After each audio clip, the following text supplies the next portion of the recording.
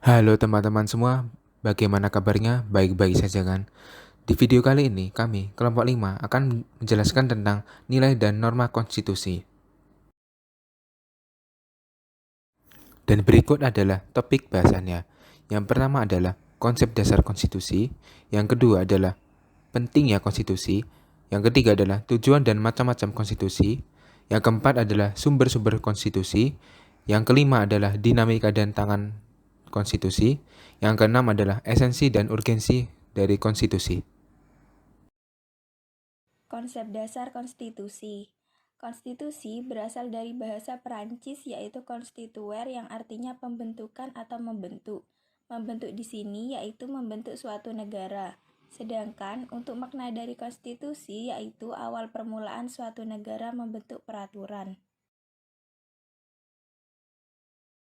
Yang kedua adalah pentingnya konstitusi. Seberapakah pentingnya konstitusi itu? Konstitusi adalah hal yang paling mendasar dalam penyelenggaraan negara. Tidak ada satupun negara di dunia yang tidak memiliki konstitusi. Kalaupun ada, negara tersebut akan kacau pemerintahannya karena tidak ada pedoman untuk mengatur jalannya pemerintahan. Selanjutnya akan dibahas mengenai sumber historis, sosiologi, dan politik tentang konstitusi dalam kehidupan berbangsa negara Indonesia. Hal ini semuanya bermula dari pandangan Thomas Hobbes. Menurutnya, manusia diibaratkan sebagai serigala, hingga timbul adagium homo homini lupus. Hal inilah yang menyebabkan timbulnya perjanjian antara sesama manusia, yang dikenal dengan istilah factum unionis. Lalu muncul perjanjian factum subjectionis yang berisi bahwa rakyat menyerahkan kekuasaannya kepada penguasa untuk menjaga perjanjian. Dalam buku yang berjudul Leviathan, Hobbes mengajukan suatu argumen mengenai kewajiban politik yang disebut kontrak sosial yang di dalamnya mengimplementasikan pengalihan kedaulatan kepada primus inter pares yang berkuasa secara mutlak. Primus inter pares sendiri adalah kumpulan orang terpenting dan menonjol di antara orang yang derajatnya sama. Dalam pandangan Hobbes, negara sendiri terlihat seperti monster Leviathan. Pandangan ini tak lepas dari pengaruh kondisi zamannya dan membuatnya cenderung membela monarki absolut dengan konsep divine right, di mana penguasa di bumi merupakan pilihan Tuhan dan memiliki otoritas tidak tertandingi. Pemikiran inilah yang akhirnya memunculkan raja-raja tiran, di mana mereka mengatasnamakan primus inter pares dan wakil Tuhan untuk berkuasa sewenang-wenang dan menindas rakyat. Dengan banyaknya raja-raja tiran yang bermunculan, muncullah gagasan untuk membatasi kekuasaan raja. Gagasan ini dikenal juga dengan istilah konstitusionalisme, yang berarti bahwa penguasa perlu dibatasi kekuasaannya, dan karena itu kekuasaannya harus diperinci secara tegas. Konstitusi negara dimaksudkan untuk membatasi kekuasaan penyelenggaraan negara dan juga untuk menjamin hak-hak dasar rakyat. Naoki Kobayashi, seorang ahli konstitusi asal Jepang, mengemukakan bahwa undang-undang membatasi dan mengendalikan kekuasaan politik untuk menjamin hak-hak rakyat. Melalui fungsi ini, Undang-Undang Dasar dapat memberi sumbangan kepada perkembangan dan pembinaan tatanan politik yang demokratis. UUD NRI 1945 merupakan bukti adanya konstitusi di Indonesia, karena di dalamnya terdapat pembatasan kekuasaan pemerintah di Indonesia. Konstitusi juga diperlukan dalam membagi kekuasaan dalam negara.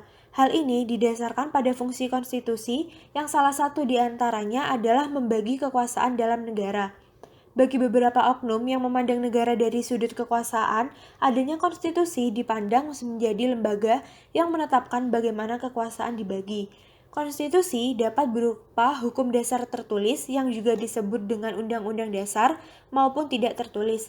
Namun, tidak semua negara memiliki konstitusi tertulis. Sebagai negara konstitusional, kerajaan Inggris tidak memiliki undang-undang dasar.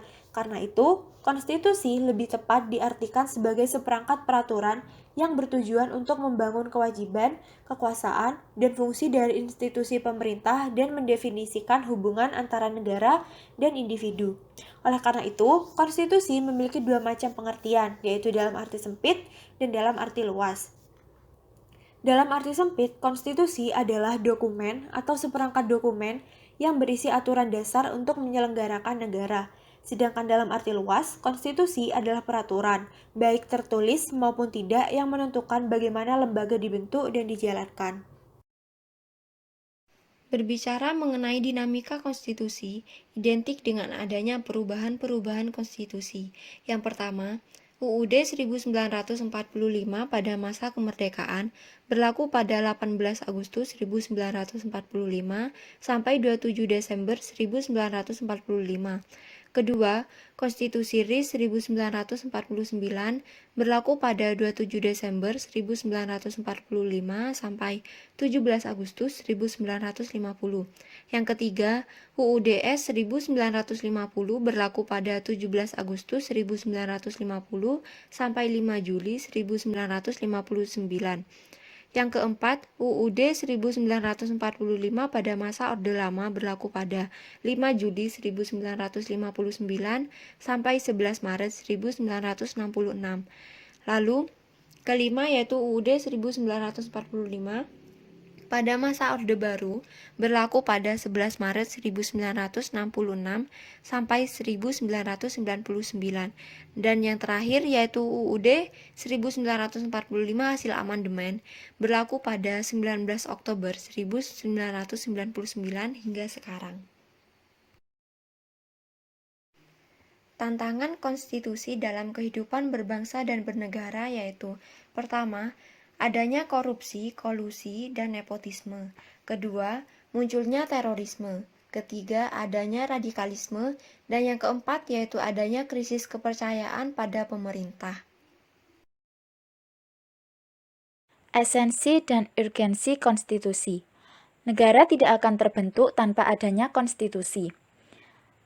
Hal ini karena konstitusi mempunyai nilai yang sangat penting dalam suatu negara, di mana konstitusi berperan sebagai pemberi pegangan dan batas sekaligus tentang bagaimana kekuasaan negara harus dijalankan. Oleh sebab itu, konstitusi dijadikan sebagai hukum dasar serta sebagai hukum tertinggi yang dapat mewujudkan tujuan yang tertinggi seperti keadilan, ketertiban, serta mewujudkan nilai-nilai ideal seperti kemerdekaan dan kesejahteraan. Konstitusi ini diberi kedudukan yang lebih tinggi daripada kaidah hukum lainnya karena dimaksudkan sebagai alat untuk membatasi wewenang penguasa sehingga tidak dengan mudah diubah oleh kelompok atau golongan yang sedang berkuasa. Hal ini dapat mencegah terjadinya suatu penyelewengan kekuasaan. Adapun nilai dan norma di dalam konstitusi. Nilai di dalam konstitusi dibagi menjadi 3, yaitu nilai normatif, nilai nominal, dan nilai semantik. Sedangkan untuk norma dapat dibagi menjadi 4, yaitu norma agama, norma kesusilaan, norma kesopanan, dan juga norma hukum.